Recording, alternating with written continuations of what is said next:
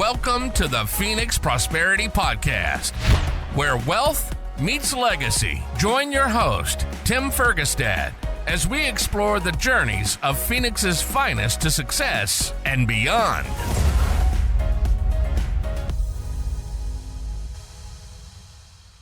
All right. Hello, this is Tim Fergestad. Thank you for joining us. I'm very pleased to have Ali Parnian with me here today. Ali has worn a lot of hats, and he's the founder of Impact Delivered Community and Accelerator Mastermind right now. Welcome to the show, Ali. Thank you so much for having me, Tim. It was great meeting you a couple of weeks ago in person for the first time. Thank you very much for including me in that great. It was a networking lunch. I guess you call it at the Henry. That was awesome. Yeah, that was fun. You did a great job of connecting all sorts of great people, and appreciate it and look forward to doing more of it. Now, let's talk about how that came about. And like I said, you've worn a lot of hats. You've done some really cool stuff in the past. Can you give us a background on how all that happened? Sure. I'll give kind of the nearer term background. For the last 15 years, I spent it helping leaders, aspiring leaders, to better manage and lead their companies, profitably grow, implement frameworks and standard operating procedures and all of that. During that journey, I realized obviously a lot of sacrifices that these business owners make. And unfortunately, they also tend to put their relationships and their health and even some of their dreams of their true passions on hold. And myself, that was the case with me. I was growing with my with a company I'd been with for well over a decade. And then I also saw a lot of folks that they had really good income, they had really good money, yet that myth that money buys you freedom, if they built a business around themselves in the sense that the business was completely dependent on them, they couldn't even enjoy their money. They couldn't take a 1-week vacation if they wanted to without being tied up on the phones and stressed out and things like that. So right. I observed all this. My own journey was that at the time my kids were 10 or 11 and 13, and I did the math that I only have a few summers with them while they're presumably living at home, unless they end up being boomerang babies, but a few more summers. And so I approached my business partner at the time, and I said I need to transition to focus on my family, and he was very understanding. So this was 2 years ago, and so for a year I did the ultimate thing that I think everyone that's running a business or busy wants to do. I pretty much, whenever my kids were out of school, I booked vacations, whether it's 1 week, 3-day weekend, or the entire summer. And with the rest of my free time, I did what I really enjoyed doing, which was helping organizations do more of what they were doing. So I volunteered about 25 to 50% of my free time helping nonprofits. First, they were more around the country. Then I got focused more on helping nonprofits and high impact organizations in Arizona. Okay. And then it was about last August where I had been asking myself the question, if I knew I would be successful at whatever I did, and just take a while to figure out what would that be. So I essentially defined my ikigai, where my passions and interests and a way to make a living lie. And so what I landed on was the community, which I now call Impact Delivered. And for me, the 3 areas were working with people I really like, making an impact, and learning, and something that gave me enough flexibility that I could continue to travel and do the other things I wanted to do. That was the origin of Impact Delivered. Okay, excellent. Now, working with people you like is pretty clear to most people, and having an impact. Talk a little bit more about that. Let's flesh that part out first, or next. Sure. At what level, right? Impact. Can you define that? Yeah. So actually, I got the domain name Impact Delivered about 5-6 years ago, because I really thought deeply about, some days I would end up my day completely energized and I felt like I was so productive and I did something meaningful. And other days I felt like I was prostituting myself time for money. And the main thing it had to do, especially if you're in the line of work, like, strategy, coaching, and consulting, you can't necessarily look at something you built with a sense of pride and say, oh, look, that's what I did. It's really, It's intangible. it's intangible. Did people take the coaching? Did they apply it? Did they get a result? You're getting a result through Right. people. And so, I guess you get it in the longer term when you're invited to their kids' weddings and sure. Yeah. That means you have a good relationship. right. And Fortunately, I was, some of my clients directly attributed their profitability and growth to the work we did together, which is amazing. But it wasn't always that easy. So, sure. Anyway, this was, I just realized, like, for me personally, and I think a lot of people, the word impact really means, creating something that makes a difference. And I had a lot of paying clients that were nonprofits that did a lot in the organization. Usually their mission was something driven around impact as well. And I did enjoy helping them. That's why I volunteered a lot of my time. I still do. About 20, 25% of my calendar is helping local nonprofits or for-profits, organizations that are making a difference. Because I would rather, instead of cutting a check for them, I would rather help them be more efficient, do better fundraising, do better things, so they can help, build 100 shelters instead of 10 shelters or whatever. Better return on your time. Totally. And I enjoy it. And so yeah, that's what I was doing. So as far as that's where the name and the impact came from. Did that answer your question? Okay. It did. I mean, impact means different things to different people. It depends on what's closer to their heart or things like that. We do something one of our funds is called the Impact Lending Fund, which is focused on helping families attain housing, right? Safe, clean, affordable housing and stuff. Other people, it's spiritual, right? There's all sorts of various aspects to it, but it's whatever we as people find meaningful when interacting, usually with other people, which is great. Yeah. And for me, I evolved this concept even over the last year. I had people that I had met over the years that were, it's hard for me to describe, but you could say they're servant-hearted leaders. They're people that like to help others. They're more givers than takers. They're non-transactional. But all these terms, I've met these people along the way that I just thought were incredible people. Some were entrepreneurs in the for-profit world. Some were really creative in the nonprofit world. And so I decided to start an actual, initially it was a mastermind group. Initially I made it separate. I created a men's group of business owners. A lot of them had either their direct business was helping people, or they had a nonprofit charitable component to their business, or a passion to help people. And then I had a separate women's group, the same. And then they started meeting together locally, the ones that were local, for lunch. And they really enjoyed interacting with each other. And they were asking, like, why do we have separate groups? Can we do more stuff together and in person? Because it was all remote. The masterminds are 3 hours a month remote by Zoom, because just, everyone's busy. You don't want to be driving somewhere, spending a whole day.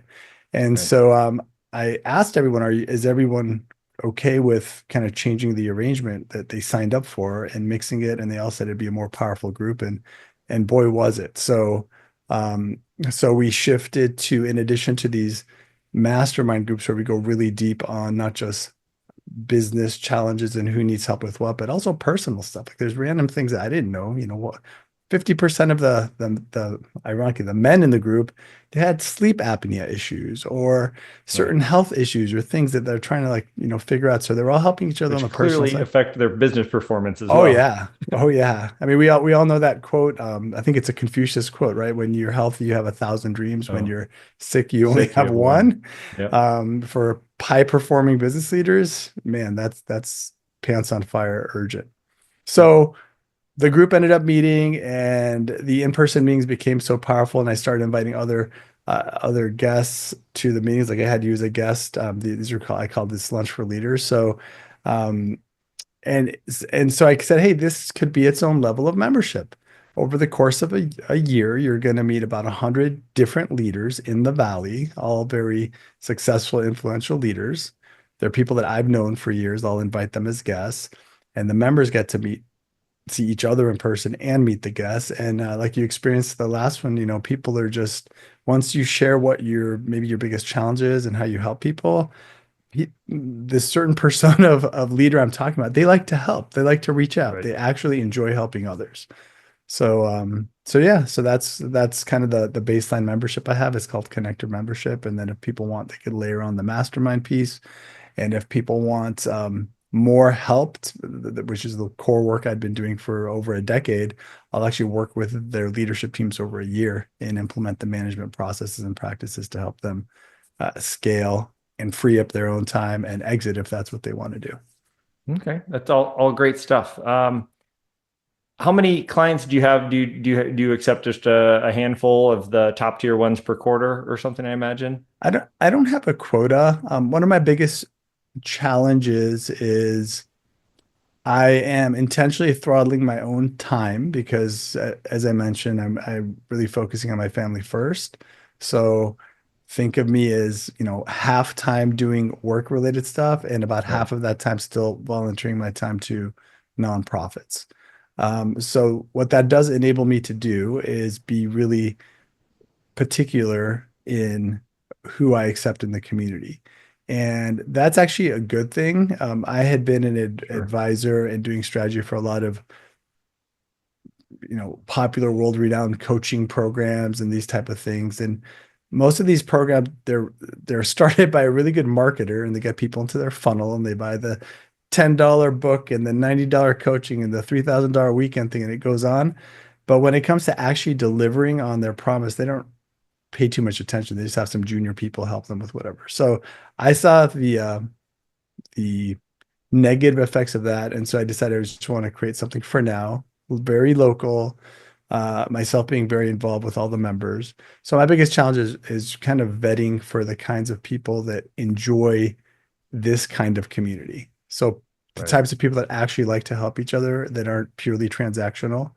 And it's been really rewarding because when people meet these kinds of people, they feel like they've met their tribe. Right. And so it's just a natural progression. They ask like, well, how could I be a part of this group?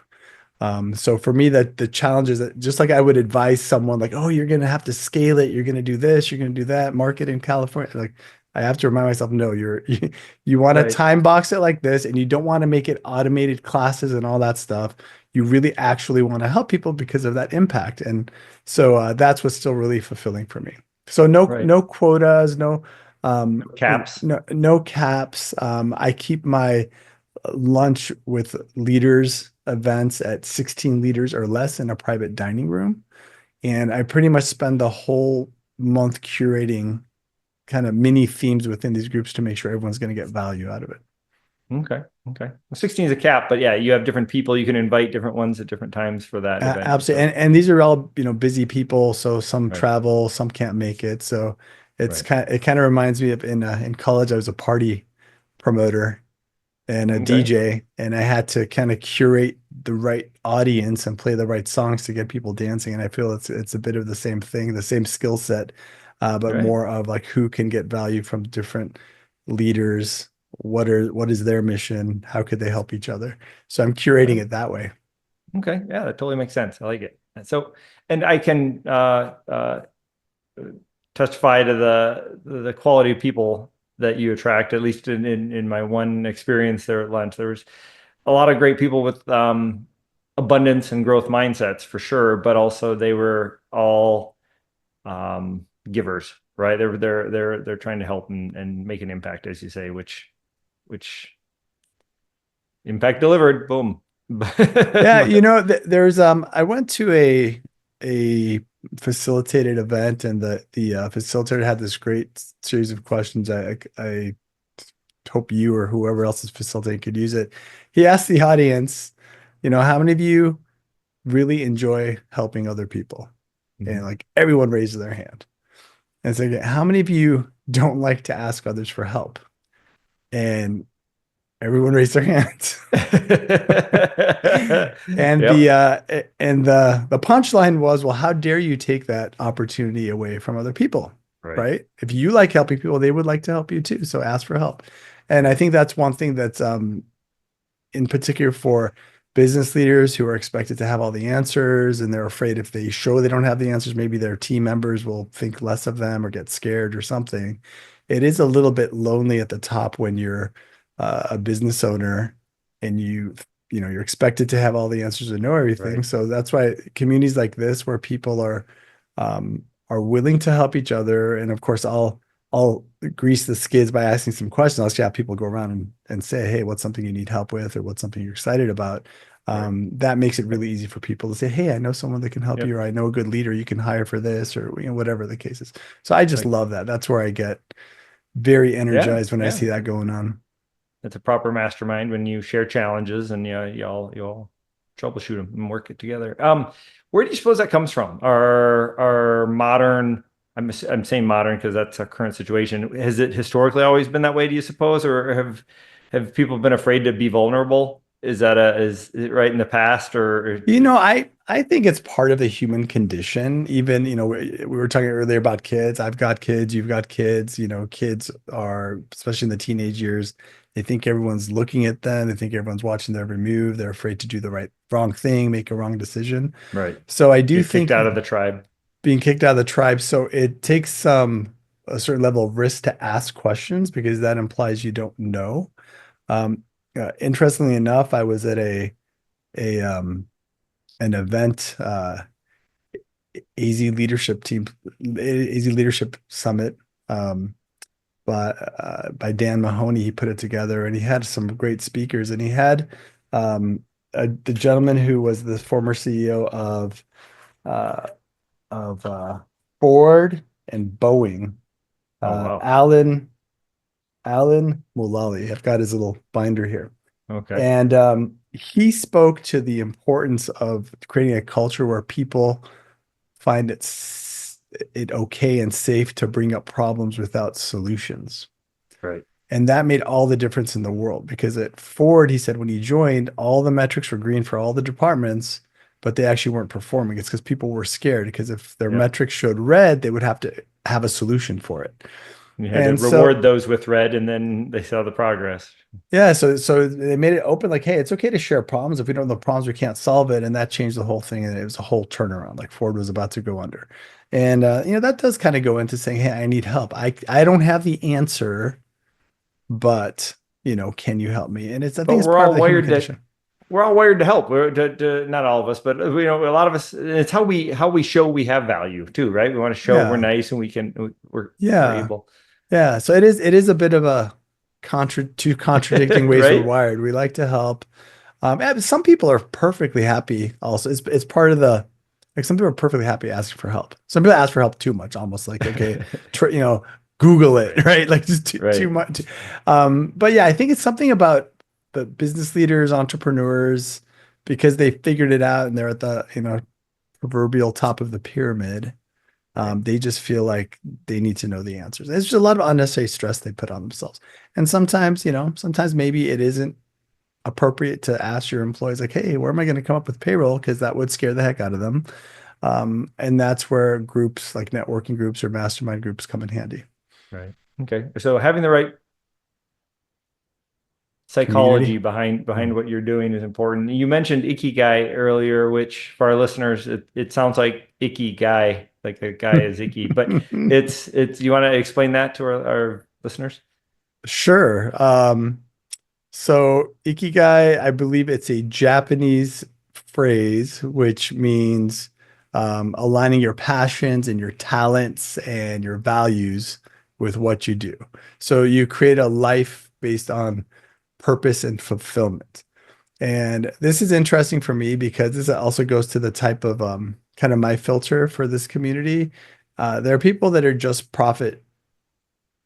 purely money driven, and that's fine. I'm not going to judge you. Like money, especially depending on where you are, could solve a lot of problems. It can do a lot of good. Could do a lot of good for people. At some point, I think depending on people's just where they are in their life journey, they start to incorporate this concept of purpose, right? So if you had all the money to have all your needs met, and this happens to a lot of people that have big exits, they could feel kind of empty if they don't have a purpose on top of that, right? Because suddenly the thing that was creating value for them in their business, if that's gone, then they're like, okay, what's my purpose? How do I bring value? And So it becomes their identity too, right? I'm a yeah, CEO and now I retired and now what am I? right, Right. right. Yeah, so it's a pretty powerful concept, and I think I know as there's one thing I do with all my members. I help them visualize what they want in the future, what they actually want. And a lot of business leaders, they're just so focused on, I'm going to get the business to a point and then have my exit Right. or get paid a certain amount, that they don't even think about what their actual fulfilling life would be like. And when they actually do and they prioritize things not related to work, um, I help them. I help point out to them that there are other parts of their life that they should be investing in now. It doesn't mean you ignore your business because you're busy, but like relationships, health, these things are also important. So Right. I just feel that the persona of a business owner, entrepreneur is very unique, and most of them do have a strategy for their business. However, they haven't put the same amount of effort into creating a strategy for their life. Right. That's kind of like a step two. Step one is their business. And then when some event happens in their business, when they're, quote unquote successful or have their exit, then they're going to focus on their life. And, we hear the stories of people that are super successful in 1 or 2 years. That's great. And your But family already hates you by then. your family already hates you by then. Yeah, and the majority of people, like, you might have a business plan, but it could take 10 years longer than you thought. And you really Right. think your friends and family and kids are going to wait around for you, and you just introduce yourself when they're in college and want to hang out with them. Like, that's it. Right. Just life doesn't work like that. So um it's definitely not balanced. It's not equal amounts. Like, a lot of people hate that term, work-life balance. However, I think when people are clear on what their actual priorities are, once they're successful in business, they start to invest in those today. Just Right. like, you work in investments, long-term investments, relationships are long-term investments. You have to consistently invest over time, and For they could sure. be ruined in a very short amount of time if you do the wrong thing. You So I have to just think keep it's making important. deposits. Making deposits, right? You're making deposits, compound growth, you know, beat the index funds. It's all good. Well, Get in a but good it tax take, bracket. but you have to keep nurturing it, right? Relationships over You, time. You you have to you keep. have to, and it doesn't mean so. For example, I actually, over the course of last year, I interviewed probably close to 200 business owners, and I asked them the question of what are the core parts of their life that are important to them when they think about what their life fulfillment looks like. And pretty consistently, the five categories they came up with were their health and wellness, their relationships, their self-development, their business or career, their financial situation, and impact or charity. Now, some were more religious, so they had spirituality and religion. But essentially, like, those are the core parts of everyone's life Right. that that's actually important. And notice a component of that is the business side, but in actuality, the way people invest in their life, it's really like all in on business, and everything else gets the leftovers essentially. Right. And that's not a really good recipe. It's not strategic.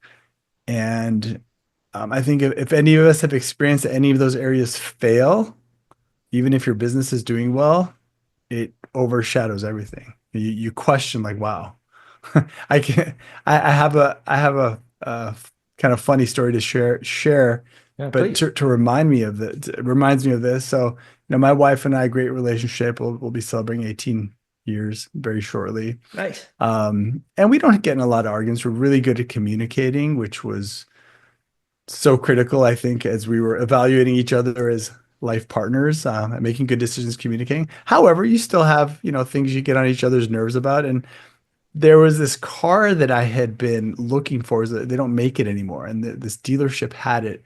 And so I had to go at this very specific time to get it. And this is like, 3 months waiting to get it. And at the same time, one of our mutual friends were going to come over for I don't know, dinner or something. The same time I had to go to the dealership. So I'm like, honey, I'm going to be like, 30 minutes or 45 minutes late to our own gathering. And for me, I'm like, I can text the guy. He's cool. He'll totally get it. And for my wife, that was like, it's like I was the worst person in the Don't come world. home. Yeah, don't come home. And we got into it, and so like we really got into it, and I still left because of course I got to get the car. And the whole time I'm like, wow, I'm about to get this car that I've been waiting for a long time. Right. And I should be super happy, but because the Right. relationship, we left it in this, this Right. state. I was miserable. And I'm like, wow, this really puts things in perspective. I can have Right. all the things, but if that's not in a good place, like it's worthless. And Right. same about, kids and other things, health, like we mentioned. Yep. Yep. So it's a good lesson, and we forget, and we can all Oh use yeah, reminders. yeah. You take it for granted until it's Yeah, until it slaps you in the face, ooh, okay, that's more important than this. Now I know. I Yep. had it good, and now I know. So lesson learned. And you gotta maintain it. You gotta, Absolutely. it's easy to get distracted and to dive into work, and that's kind of well, with successful people in general, I'd say they're successful often because they prioritize their work so much, but they often in the process accidentally, right, go out of balance and don't prioritize other stuff. So getting it back is there are people who do the other, right? I have a kid graduating high school right now, and I know other kids who are like, oh yeah, I'm going to take a couple gap years and go, find myself and be at peace and be super balanced, but they have just debt and no money. That's the other side of the spectrum, right? Yeah, you could go extreme the other way. You did remind me of one thing. So one thing that I do enjoy doing and addresses you just gotta, be all in your business and invest is some of the work I do around strategy and focus and prioritizing using frameworks. If you and your leadership team can really understand where the constraint is and make solving that the priority, it will solve so many other fires that you're constantly fighting. And so in many cases, you can, by being focused and on the same page, you can work less and get better results. So that's kind of a silver lining. If you can, free up people's time by helping them focus on the right things in the right order, that can help them relieve some of that stress. And especially in the I know culturally in a lot of the nonprofit organizations that I've helped over the years, there's this persona of we just like to help and work hard, and that's awesome. However, if you use frameworks in the for-profit world and use efficiencies, you can actually get better results, help serve more people by being focused and strategic. And so I really enjoy helping them make that shift. A lot of them haven't necessarily had the management background or even the training of for-profit, bigger companies. And so that's really powerful when they sense a sigh of relief, like, wait, so we don't have to work as hard and we can still make a big impact. And that's pretty rewarding. Right. Good points. Good points, Ali. So also, I mean, when you're working on the big items, the smaller ones often fix themselves, right? But if you're just putting out the little fires all the time and you don't correct the bigger issues at hand. They do. There's a book, I think it's called the One Thing, where they talk about like what's the one thing you could solve that solves a bunch of problems, or said differently, there's another concept. What's the one big domino that will knock down all the others?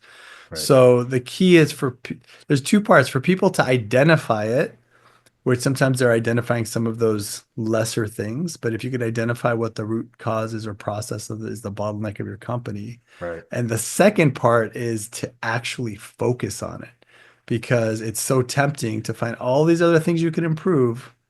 And you think it's just a little bit here and a little bit there, but really you're never going to get to the big thing because it's too big. And so it's just, those problems will keep coming. So it's the discipline of having permission to let some small fires burn while you fix the big thing with a sense of urgency. Right. And it's not just for the owner to see it, it's for all the team members to see it and understand why. Once everyone understands it, clear as day, it's like, yeah, I'm going to put this other stuff on hold. We're just going to take care of that situation. It's going to solve a lot of other problems. Right. Good point. Well said. Let the small fires burn. Yeah. Yeah. It's hard to do. It's hard to do. Yeah, it is. It is. Speaking of big goals, what are sort of your big goals then for 2025? Big goals, want to get my different membership levels fully filled out with the right people, Okay. and I'm on track to do that. So I'm super excited about that. And then I have capacity right now for two more of my top tier clients where I work with them over the course of a year. So when I find those right fit clients that want the help, Okay. that's it. That's my happy place. I'm Who I'm who living the who dream. are who's I don't want to box anybody in, but who's kind of that? How does that person usually come to you? What are they struggling with often when they go, "Oh, I really can't do this on my own." I would say organizations that feel a little bit stuck, they want to grow to some level and maybe have an exit. The owners feel like everything's dependent on them, or their leadership team isn't really independently doing the things you want a leadership team to do. Um, there could be external factors putting stress on them. But essentially, a couple of clients I've been working with, their goals are to exit in the next few years. And these are people that worked really hard for 10 years, 20 years to get to where they are. And yet Right. they still find themselves in that scenario I explained where they've got the money, they've got the net worth, but they don't have the freedom. And the good news is the same things you would do for the most part to scale a company and get it ready with a shiny bow to be acquired at a very high multiple are the exact same things you would do even if you don't want to sell the company and it's a cash cow and you're going to invest in really good leaders so you can be more like an owner and not an operator. So Right. there's certain things that the best companies do. It takes some time to put in place, and that's really where I think the challenge is. It's one thing to know what to do; it's another thing to implement it Sure. effectively and at a pace that meets the culture of your company. And so that's where my strength is, and I'll go as slow and fast as their culture allows it. But these are standard things. I mean, you can today everything is knowledge is democratized. You say, hey, what are the key things I need? Chat GPT, what are Right. the key things I need to do to position my company, Yeah. my XYZ type of company for an exit? It'll tell you exactly what to do. Right. Yeah. But doing Everybody. it, Yes. Yeah. That's where the money is. That's the gold and the value you add. It sounds is incredibly valuable. Is helping them with that gap, that knowledge action gap. yeah. That's another term that I was looking for, but Knowledge action gap. I like it. No, it's good. Yeah. it was, I heard on another of your podcast you mentioned like yeah, everyone knows how to, everyone have if it was easy, everyone would have a six pack, right? right. Right. Like Everybody knows there's how to a do that. yeah, it's the information is there. It's nothing new. You could Right. repackage it and put, but it's always been it's just how to get people to focus in the right way and do the things that they need to do. Right. Um, and communicate that to Particularly in people. that cult, as you mentioned, in a little more complex environment while maintaining the right culture and stuff. Yeah. Yeah, that's super critical. I'm not a big fan of any kind of one size fits all process because every company's so different, every leader's so different, every team's so different. I've probably worked with probably well over 100, maybe 200 organizations over the last 17 years, 15 years, and they're all different. They all require a different approach. Some Right. can go fast because the owner's all in, like, yeah, let's do this, and they've got that kind of a cadence and bandwidth and culture. And others, it's like just one little thing they have to almost overthink it, and it takes 6 months to do the one thing. And Right. that's fine because it's their business, and that's that's what's right for them. Um, that's what's great about people. Everyone kind of builds their own business around what their needs are. All right. I like to wrap up the podcast sometimes with a reflection question, right? What do you wish Oh, you knew sooner about building wealth and success earlier in your career? what do I wish I knew Sooner. sooner? Yeah. I really wish I valued investing in my own knowledge sooner, in particular, sales and marketing. I've immersed Okay. myself in sales and marketing more recently because that I knew that was a weak spot I had, and we had hired so many marketing firms and things, and like none of them actually delivered. And I was just talking to some leaders in my last mastermind, and I shared with all of them, everyone's looking for a silver bullet, hire someone, do the marketing. And I said, you know what? In today's world, you need to understand marketing well. You know your product, you know your offerings, you know what's different. You can hire a company to create it and help you along, but you need to own that. So I think that's something that had I, maybe 10 years ago really immersed myself in, it would have benefited me a lot. Okay. That's a great answer. That one resonates with me a lot because as a nerd and analytical type, I learned all sorts of technical skills, right? I focused a lot on doing genetic manipulations and doing these studies and technical stuff like electron microscopy or electrophysiology. I was figuring out these problems, and I would learn a lot, but it was never on me, right? And so for decades, it didn't. I avoided growing my personally, and so that was something I wish I would have stayed on top of for a long time. And then to your second point as well, even because as I started doing more investments and people wanted to invest with me, that was fine. But then I grew big enough and started doing bigger and better projects.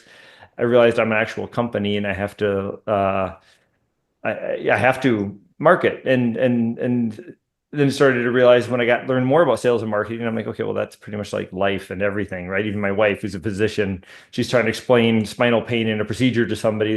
That's kind of some sales and trying to explain it's education and trying to give them a choice and provide information to help them make their best choice. That's really what sales and marketing is.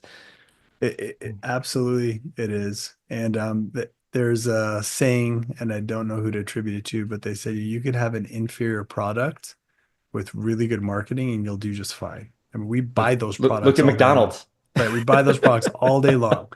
And then you can have the world's best product. It's 100%. It's the best. And without marketing, you can't. You're done. You're not serving anyone because you're closing your doors. Right. So yeah, it's the ultimate lever. Right. Oh, I gave the McDonald's for really good marketing, but they don't have the best hamburger. But what's an example for the other side? Can you think of one? That's really good quality with poor marketing. That failed, right? Yeah, we don't know because we don't know they exist. Yeah, we didn't hear about them. Good point. Yeah.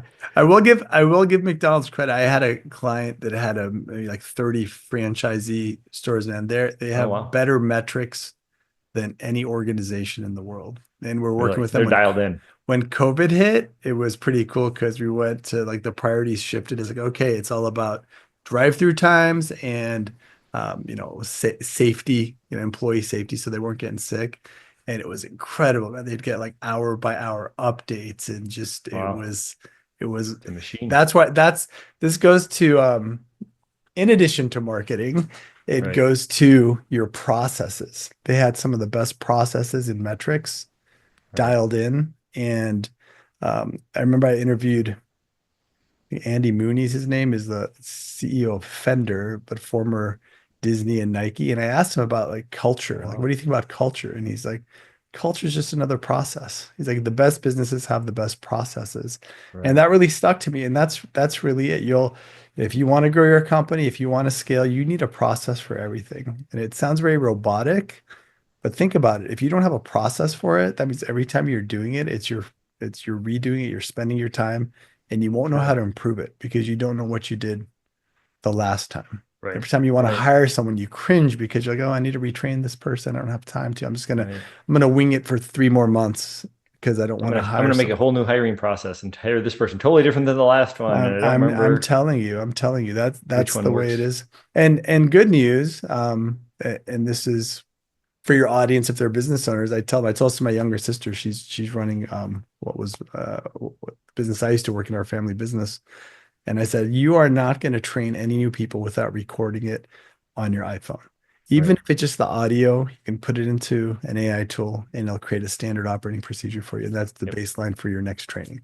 So don't waste your time training someone. I say this to everyone, just don't record it. Even if it's not that fancy, it doesn't matter. You'll be glad that next hire that's probably going to replace your first hire.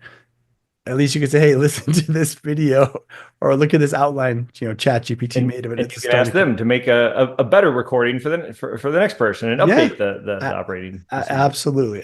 So technology is here to help us for sure. But you need to systemize things.